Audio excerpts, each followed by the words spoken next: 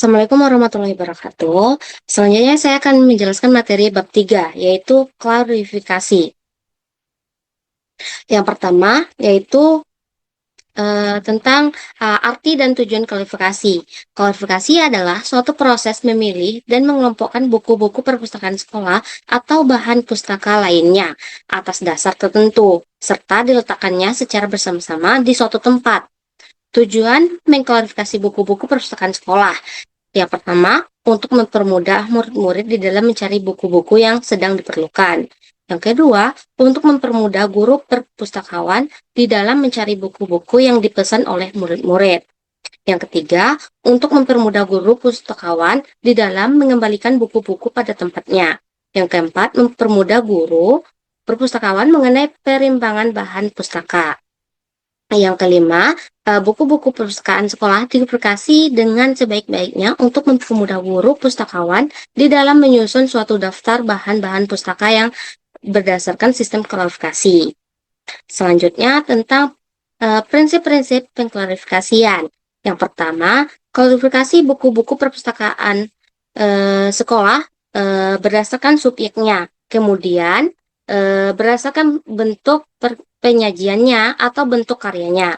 Yang kedua, khususnya buku-buku yang termasuk karya umum dan kesusastraan hendaknya lebih diutamakan pada bentuknya. Yang ketiga, di dalam pengklarifikasian buku perpustakaan sekolah hendaknya bertujuan pengarangnya.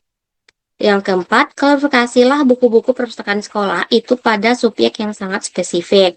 Yang kelima, apabila sebuah buku yang membahas 2 atau 3 subjek, klarifikasilah buku tersebut pada subjek yang dominan. Yang selanjutnya, penjelasan tentang sistem klarifikasi. Yang pertama, sistem abjad nama pengarang. Pada sistem ini, buku perpustakaan sekolah dikelompokkan atas dasar abjad nama pengarangnya. Buku-buku yang huruf pertama dari pengarangnya sama dikelompokkan menjadi satu. Yang kedua, sistem abjad buku, judul buku, yaitu pada sistem ini, buku-buku perpustakaan sekolah dikelompokkan berdasarkan atas dasar abjad judul bukunya. Buku-buku yang huruf pertama dari judul sama dikelompokkan menjadi satu. Yang selanjutnya, yang ketiga, yaitu sistem kegunaan buku. Pada sistem ini, buku-buku perpustakaan sekolah dikelompokkan atas dasar kegunaannya. Buku-buku referensi dikelompokkan menjadi satu, buku-buku cerita dikelompokkan menjadi satu, buku-buku ilmu pengetahuan dikelompokkan menjadi satu. Yang keempat, sistem penerbit, yaitu buku-buku perpustakaan sekolah dikelompokkan atas dasar penerbit buku. Yang kelima, yaitu sistem bentuk fisik. Pada sistem ini, bahan-bahan pustaka dikelompokkan atas dasar bentuk fisiknya, ditinjau dari bentuk fisiknya berupa bahan pustaka yang ada berupa buku, dan ada juga yang berupa buku seperti majalah, surat kabar, brosur, dan lain sebagainya. Yang keenam, yaitu sistem bahasa. Pada sistem ini, buku-buku perpustakaan sekolah dikelompokkan atas dasar bahasa yang digunakan. Buku-buku perpustakaan sekolah yang berbahasa Indonesia dikelompokkan menjadi satu. Buku-buku perpustakaan sekolah yang berbahasa asing seperti bahasa Inggris dikelompokkan menjadi satu, dan lain sebagainya.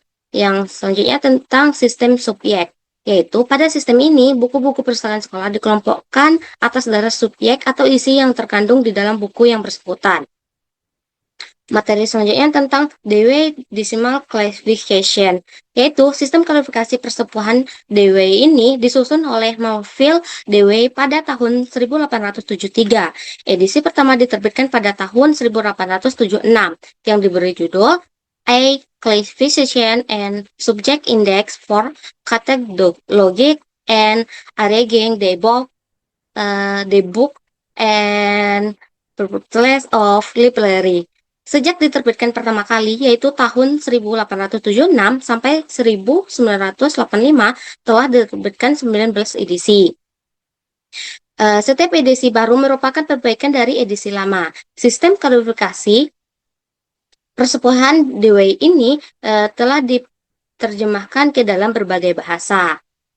Selanjutnya tentang cara mengklasifikasi buku. Yang pertama, menentukan sistem klasifikasi. Ini tentang mengklarifikasi buku tentang perpustakaan sekolah, yaitu menentukan sistem klarifikasi. Misalnya nih, apakah akan menggunakan UDC atau Universal Decimal Classification atau LCC, Library of Constant Classification, dan lain sebagainya. Yang kedua, menyiapkan bagan klarifikasi, yaitu anggaplah sekarang guru pustakaan menetapkan sistem klarifikasi perpustakaan Dewey sebagai sistem klarifikasi yang akan digunakan untuk mengklarifikasi buku-buku perpustakaan sekolah. Maka, langkah selanjutnya yaitu menyiapkan bagan klarifikasi perpustakaan Dewey agar guru perpustakaan dapat lebih lancar mengklarifikasi buku perpustakaan sekolah. Maka sebaiknya bagan klarifikasi perpustakaan Dewey dituliskan pada kertas manila atau ditempelkan pada tembok di ruangan perpustakaan sekolah. Yang selanjutnya menyiapkan buku, yaitu buku-buku perpustakaan sekolah yang akan diedukasi disiapkan dengan sebaik-baiknya di atas meja. Buku-buku tersebut telah selesai dicatat atau diinventarisasikan di dalam buku inventaris atau buku induk. Buku tersebut telah distempel dengan stempel sekolah sebagai tanda pengenal atau stempel inventaris. Selanjutnya tentang menentukan subjek buku. Setelah buku yang diklarifikasi siap, maka langkah selanjutnya yaitu menentukan subjek buku. Untuk menentukan subjek buku dapat dilakukan seperti menganalisis judul dan subjudul buku. Yang kedua, daftar isinya. Yang ketiga, kata pengantar. Dan selanjutnya, tentang isi bagian atau keseluruhan isi buku. Yang selanjutnya yaitu menentukan nomor klarifikasi.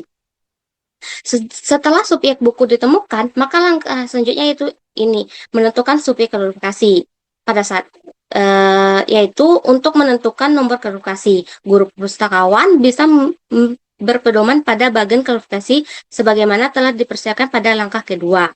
Yang selanjutnya yaitu badan klarifikasi persekolahan Dewey. Bagian ini, sebagaimana telah dijelaskan sebelumnya, harus disiapkan sedini mungkin. Bahkan sejak akan mendirikan perpustakaan sekolah, bagan tersebut harus sudah tersedia sehingga mempermudah proses kerjanya.